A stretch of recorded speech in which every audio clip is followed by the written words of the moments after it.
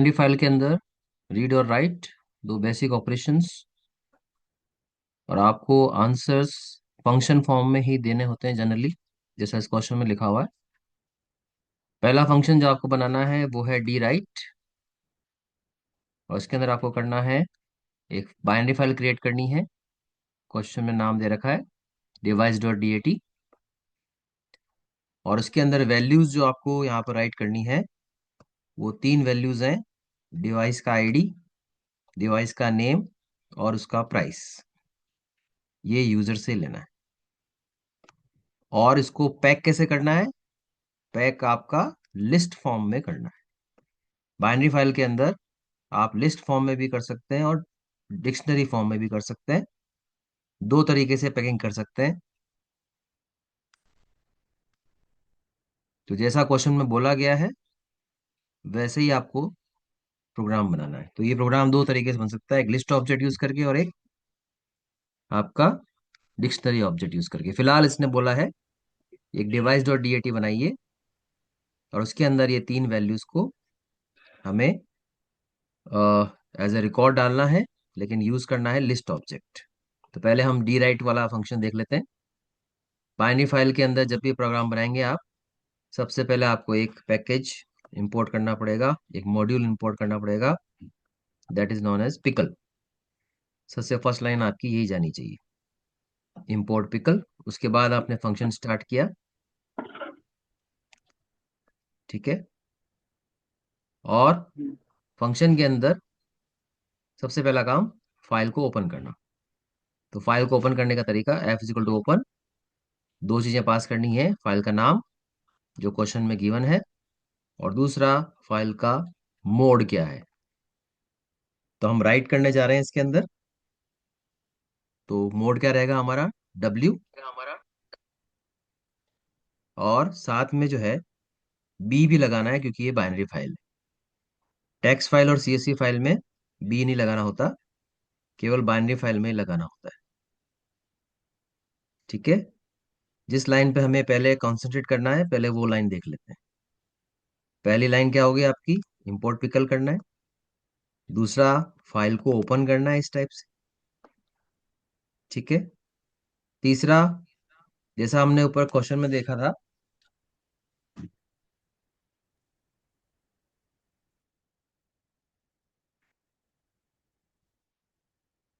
हमें तीन चीजें यूजर से लेनी है। तो वो तीनों चीजें हम यहाँ पर यूजर से ले रहे हैं, एक डिवाइस आईडी, एक डिवाइस का नाम और एक प्राइस। जिस जिस लाइन पे मैं डिस्कस कर रहा हूँ केवल वही लाइन देखिए आप, ठीक है। बाकी ऊपर नीचे की फॉर्मेलिटीज बात की बात है। जो मेन आपकी चीजें कंसिडर होती हैं वो पहले देखिए, बात की चीजें सेकेंडरी है,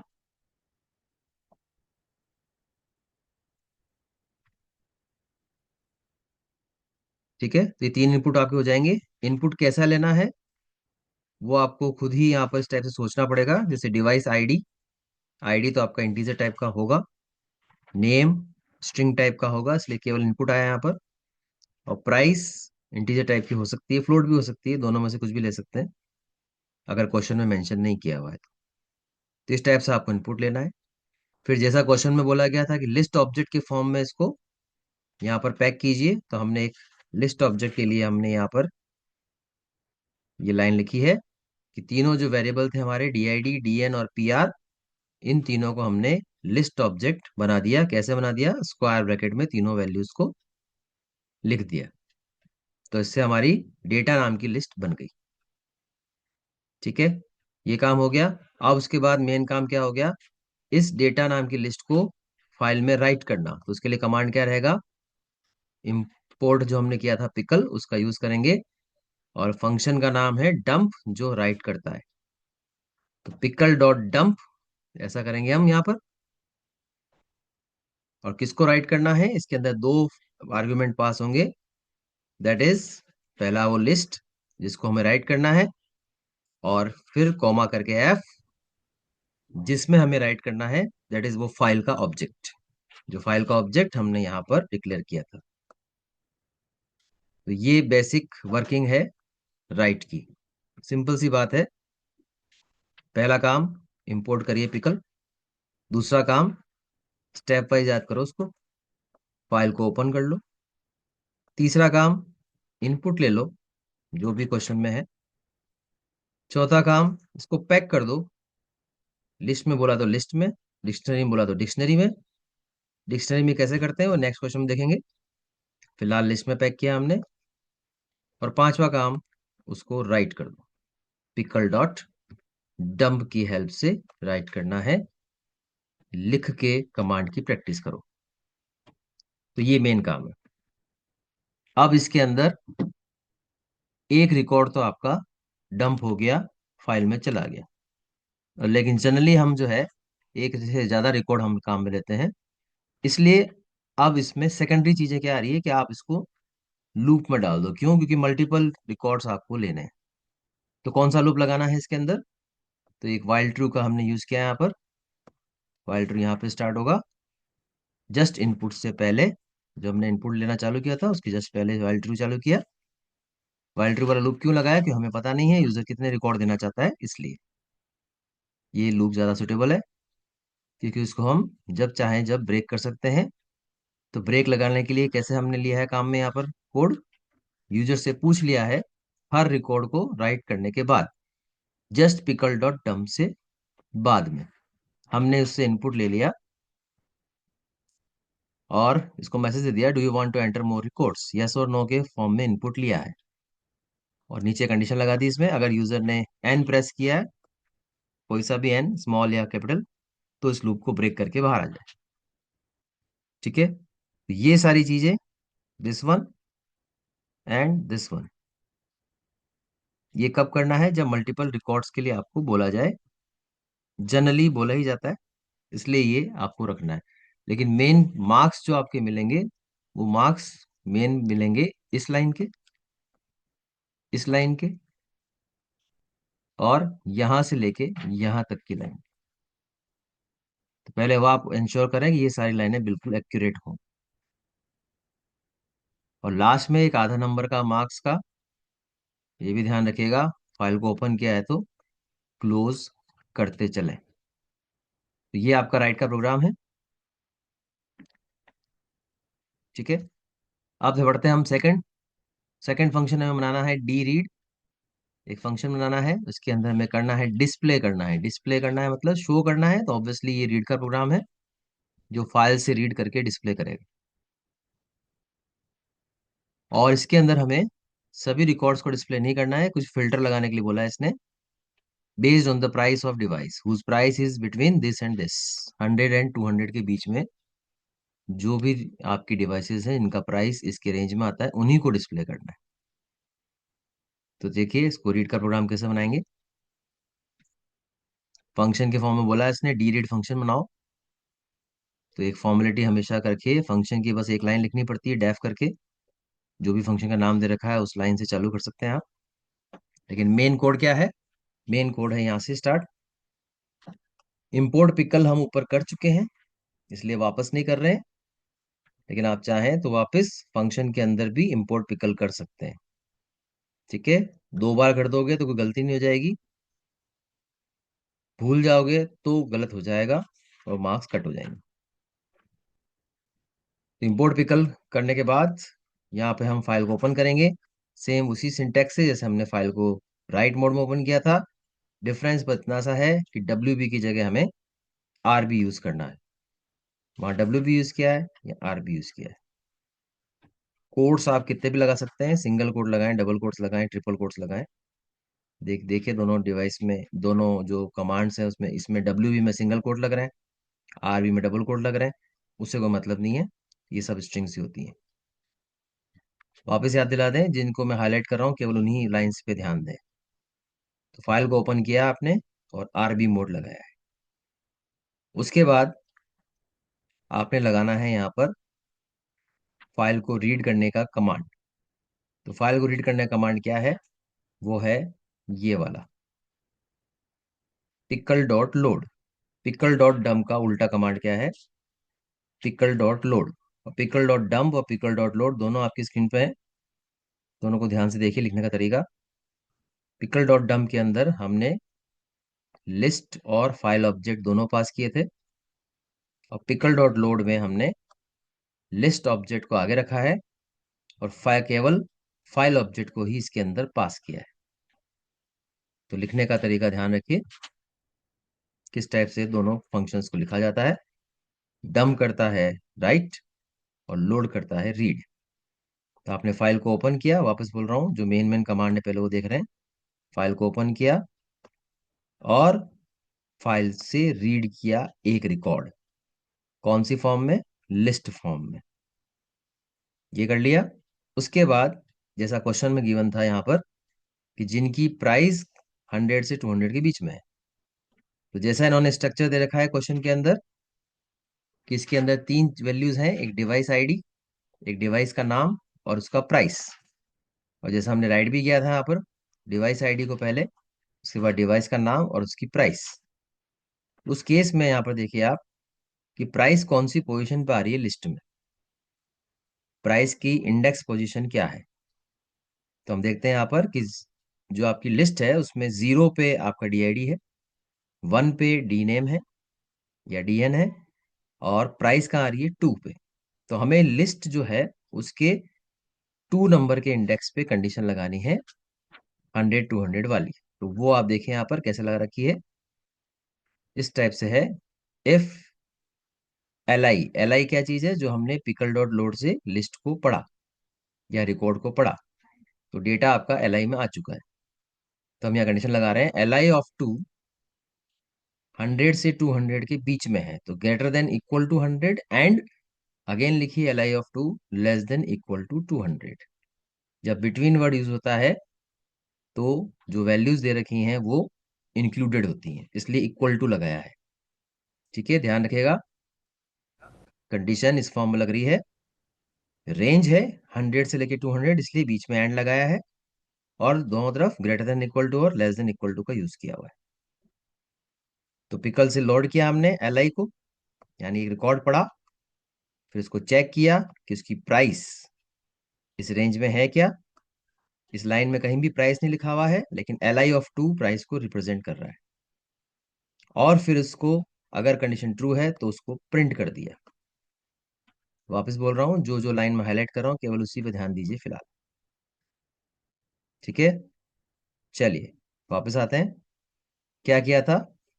फंक्शन बनाया डेफ डी रीड। नाम कहाँ से लाए? क्वेश्चन में लिखा हुआ है। पहला काम किया, फाइल को ओपन किया आरबी मोड में।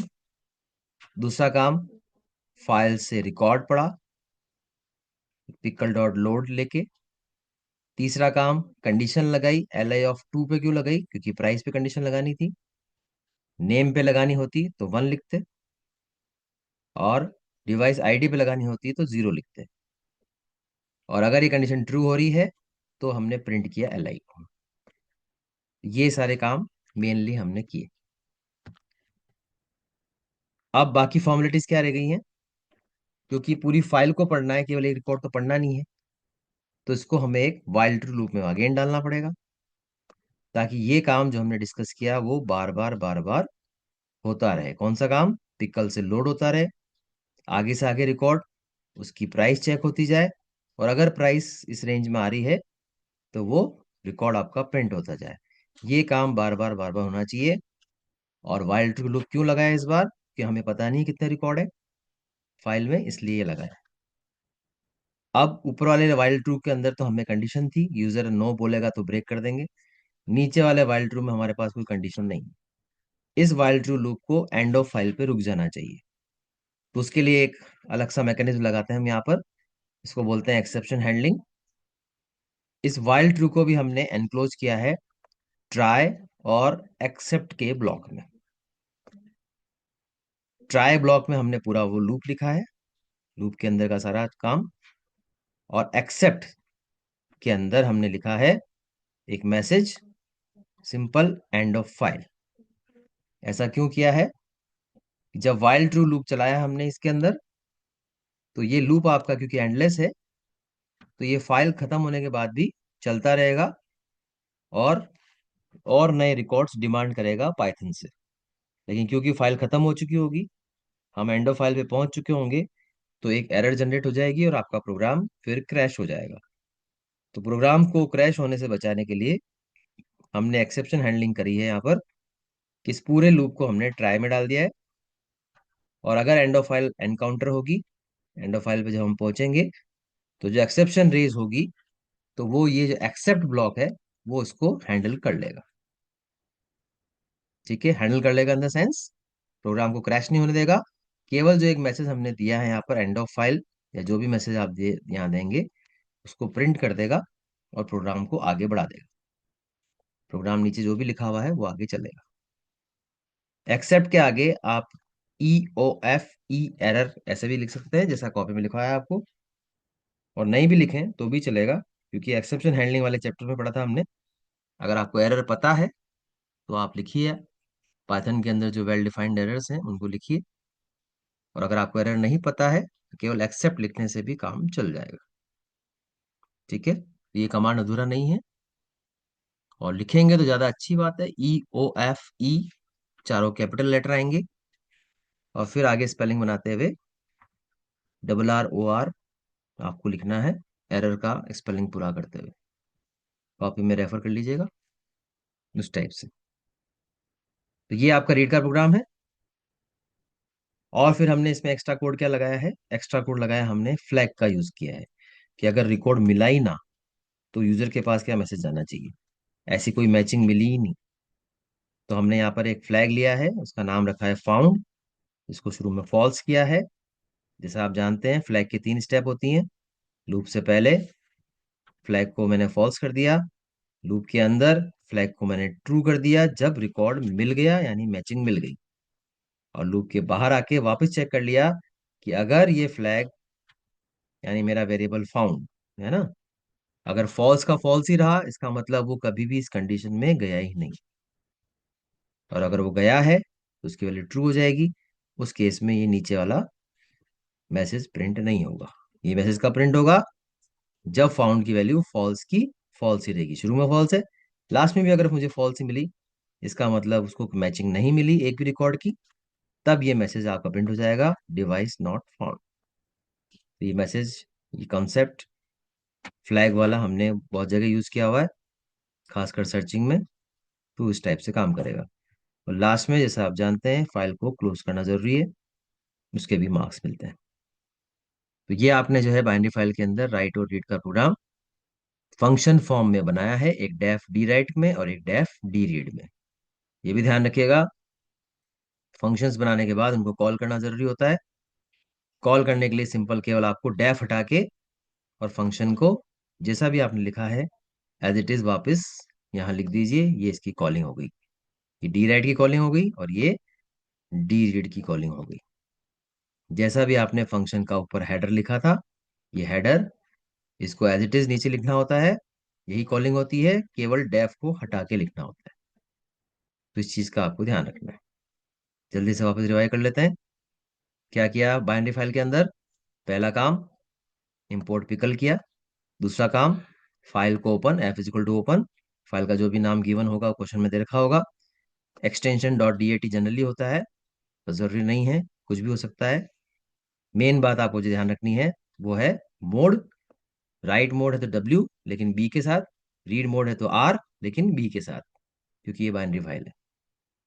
फाइल को ओपन करने के बाद एक लूप लगाया हमने वाइल ट्रू वाला, क्योंकि मल्टीपल रिकॉर्ड्स राइट करने हैं इसलिए। काम क्या करना है इस लूप के अंदर? इनपुट लीजिए, 2 3 4 जितने भी आपको दे रखे हैं क्वेश्चन में वैल्यूज, इनको इनपुट लीजिए। अपने कॉमन सेंस से दिमाग लगाइए कि किस टाइप से आपको इनपुट लेना है, स्ट्रिंग इनपुट है या इंटीजर है या फ्लोट है, जैसा भी है। फिर इसको क्वेश्चन में अगर मेंशन है लिस्ट, तो लिस्ट फॉर्म में एनक्लोज कीजिए। डिक्शनरी तो डिक्शनरी फॉर्म में एनक्लोज कीजिए। नेक्स्ट क्वेश्चन में हम डिक्शनरी देखेंगे। और कुछ नहीं लिखा हुआ है तो लिस्ट ही फॉर्म में कर लीजिए। और फिर सबसे मेन बात, इसको लगाना मत भूल जाना, पिकल डॉट डम्प। जो आपने सारा डेटा कलेक्ट किया, DID DNPR, उसकी लिस्ट बना दी, उस डेटा को पिकल डॉट डम्प से हमने फाइल में राइट कर दिया। ठीक है, पिकल डॉट डम्प के इस साइड में कुछ नहीं आएगा, इधर आ रहा है डेटा कोमा एफ, यानी जो भी आपकी लिस्ट है, कोमा फाइल ऑब्जेक्ट। और वाइल ट्रू जब भी हम लगाते हैं तो हमेशा ध्यान रखते हैं कि ब्रेक कैसे करें। तो ब्रेक करने के लिए हमने ये फॉर्मेलिटीज कही है नीचे। Do you want to continue, और यूजर ने अगर नो दिया है तो ब्रेक करके बाहर आना है, बाहर आके फाइल को क्लोज करना है। राइट का प्रोग्राम, औरली याद मत करना, लिख के करना, ठीक है।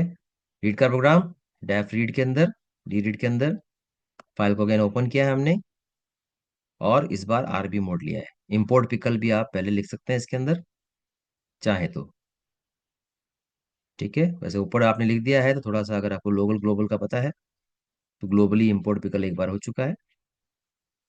आप अलग अलग फंक्शन में बार बार पिकल इंपोर्ट भी कर सकते हैं।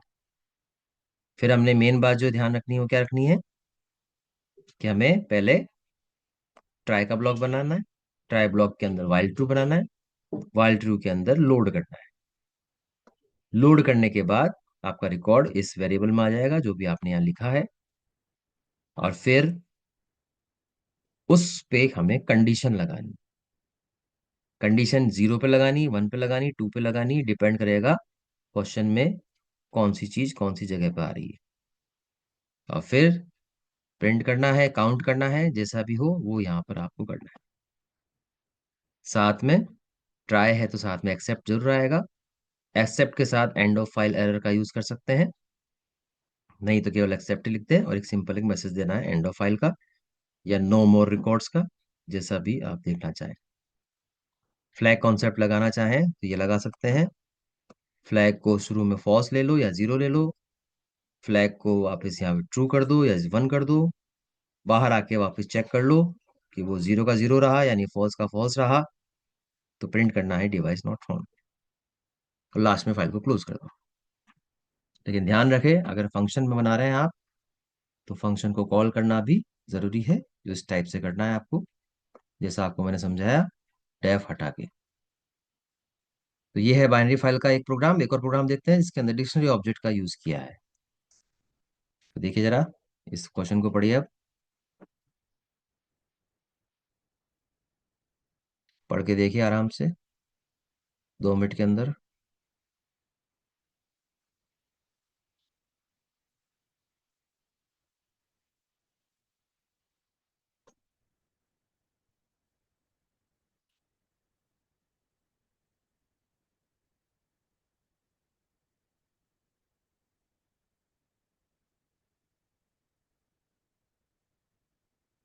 10 मिनट की मीटिंग है, 40 मिनट्स का टाइम आपका इसके अंदर है, इसलिए मीटिंग वापस आपकी जो है बंद हो जाएगी। बंद हो जाए तो वापस रिज्वाइन कर लेना।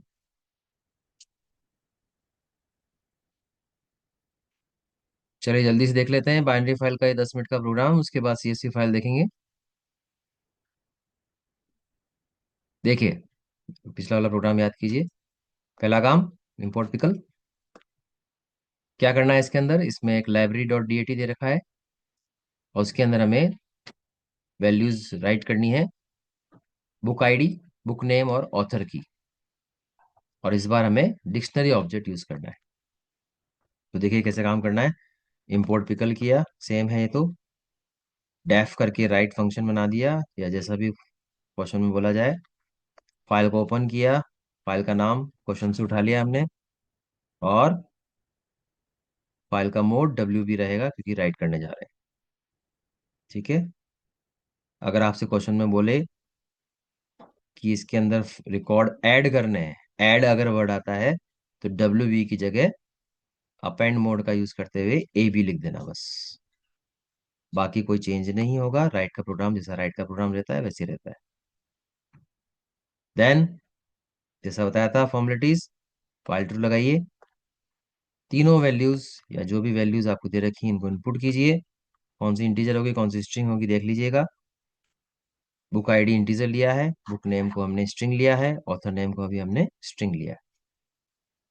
और डिक्शनरी ऑब्जेक्ट बनाना है। सिंपल डिक्शनरी ऑब्जेक्ट कैसे बनाना है, बस लिस्ट की जगह, लिस्ट में जैसे अपन स्क्वायर ब्रैकेट लगाते हैं उसकी जगह कर्ली ब्रेसेस लगाने हैं, पहली बात।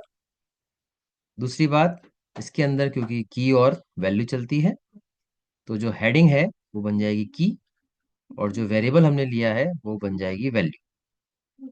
तो B I D B N A U, B I D B N और ए यू ये बन गई वैल्यूज। और ये बी आई डी किसको रिप्रेजेंट कर रहा है, बुक आईडी को, तो वो हमने टेक्स्ट फॉर्म में लिख दिया है सिंगल कोट्स में, वो बन जाएगी की।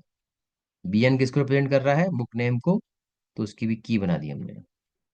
ए यू किसको रिप्रेजेंट कर रहा है, ऑथर को, उसकी भी हमने की बना दी। तो डिक्शनरी में बस इतना सा काम करना है। वापस बताते हैं आपको लिस्ट में कैसे किया था। लिस्ट में हमने केवल जो वैल्यूज इनपुट की थी यहाँ पे D I D D N और पी आर को, डायरेक्ट उसको स्क्वायर ब्रैकेट में लिख दिया, ये ज्यादा इजी पड़ता है।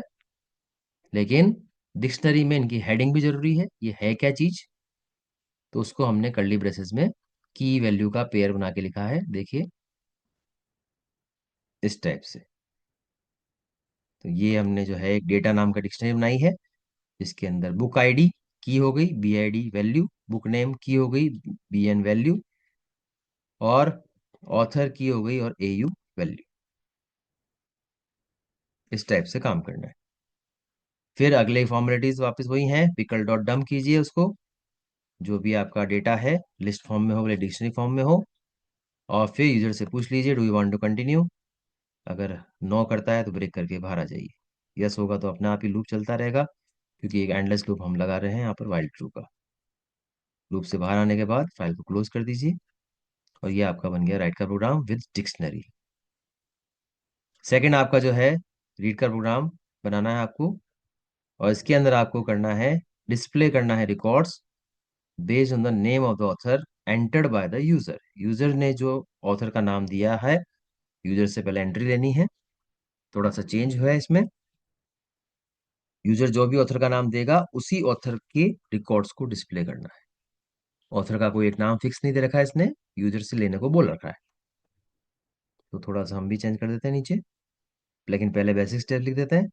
पहला काम, डेफ फॉर्म में लिखना जो भी फंक्शन क्वेश्चन में दे रखा है, फाइल को ओपन करना। लाइब्रेरी और डीएटी ओपन करी है, लेकिन इस बार कौन से मोड में होगी, आरबी में। ठीक है, इंपोर्ट पिकल करना चाहें वापस याद दिला दूं, यहाँ आप कर सकते हैं। फिर इनलाइन पे आइए, आपको यूजर से एक ऑथर का नाम लेना है, तो हमने एक एयू नाम के वेरिएबल में यूजर से ऑथर का नाम ले लिया है, स्ट्रिंग फॉर्म में है इसलिए स्ट्रिंग ही लिया है। फिर ये आपको बिल्कुल याद होना चाहिए, बाइनरी फाइल का रीड का प्रोग्राम के अंदर क्या होता है, पहला काम ट्राई, उसके अंदर वाइल ट्रू, उसके अंदर पिकल डॉट लोड, और ये लोड करके हमने डी आई नाम के एक वेरिएबल में उस डिक्शनरी को रीड कर लिया है। तो जो रिकॉर्ड है वो डिक्शनरी फॉर्म में रीड हो गया है। अब उसके अंदर से मुझे चेक करना है कि जो ऑथर है वो क्या होना चाहिए, यूजर ने जो वैल्यू दी है, यूजर ने वैल्यू किसमें दी है, एयू में। तो हमें यहाँ चेक करना है कि if D I of author, अब ये ध्यान रखिए PT1 से लेके हाफ एयरली तक जितने भी बाइनरी फाइल के प्रोग्राम विद डिक्शनरी आए हैं, यहाँ पर आपने गलती करी है। हमेशा DI of 0, DI of 1, DI of 2 लिखा है यहाँ पर, जबकि आपको याद दिला दें डिक्शनरी के अंदर इंडेक्स नहीं होते, कीज होती हैं। तो जो कीज आपने लिखी हैं, जो मेंशन है क्वेश्चन में, या आपने जो यूज करी है अपने मन से, उनको लिखना है, यहाँ पर इंडेक्स कभी नहीं आएगा। तो ध्यान रखिए डिक्शनरी में आप चेक कर रहे हैं या लिस्ट में चेक कर रहे हैं। ऊपर वाले प्रोग्राम में हमने L(2) काम में लिया था, क्योंकि प्राइस आपकी सेकंड पोजीशन पे थी। अब डिक्शनरी में कोई पोजीशन होती नहीं है, की चलती है, तो हमने लिखा है यहाँ पर if D I author equals to AU. AU कौन है, यूजर ने जो भी एंट्री दी वो है। अगर ऐसा है तो प्रिंट करने के लिए बोला है तो प्रिंट कर दीजिए DI को, नहीं कर रहा है तो काउंट करने के लिए बोला काउंट कर लीजिए। काउंट की स्टेप आपको आती है, और ये काम करना है। और क्या बच गया इसमें, ट्राई लगाया है तो एक्सेप्ट लगाना पड़ेगा। एक्सेप्ट के अंदर आप वापस एंड ऑफ फाइल एरर लिख सकते हैं, और एक सिंपल मैसेज डाल सकते हैं। फ्लैग कॉन्सेप्ट लगाना है तो वापस वही बात है, फाउंड की वैल्यू फॉल्स कर दी, वापस यहाँ फाउंड की वैल्यू ट्रू कर दी, बाहर आके वापस चेक कर लिया, फाउंड की वैल्यू अगर फॉल्स ही रही तो ऑथर नॉट फाउंड करके बाहर आ गए, और फाइल को क्लोज कर दिया। और सबसे लास्ट में but not the least, read जो आपका है और आपने जो ऊपर बनाया राइट, ये दोनों फंक्शन को कॉल भी करना है। कॉलिंग में केवल डेफ हटा के इनके लाइंस को लिख दीजिए, इनके हेडर को लिख दीजिए, ये इनकी कॉलिंग हो गई। तो इस टाइप से आपको बाइनरी फाइल का प्रोग्राम करना है। सीएसवी फाइल, बाइनरी फाइल को एक बार आप राइट करेंगे तो सीएसवी फाइल भी आसानी से हो जाएगी, क्योंकि उसके अंदर बस 2-3 लाइन ऊपर चेंज करनी है, थोड़ी नीचे चेंज करनी है, बीच का सारा मैटर वही रहेगा। मीटिंग क्लोज होने वाली है मेरे ख्याल से, तो 1 मिनट बाद वापस ज्वाइन होते हैं, सीएसवी फाइल को देखते हैं इस बार।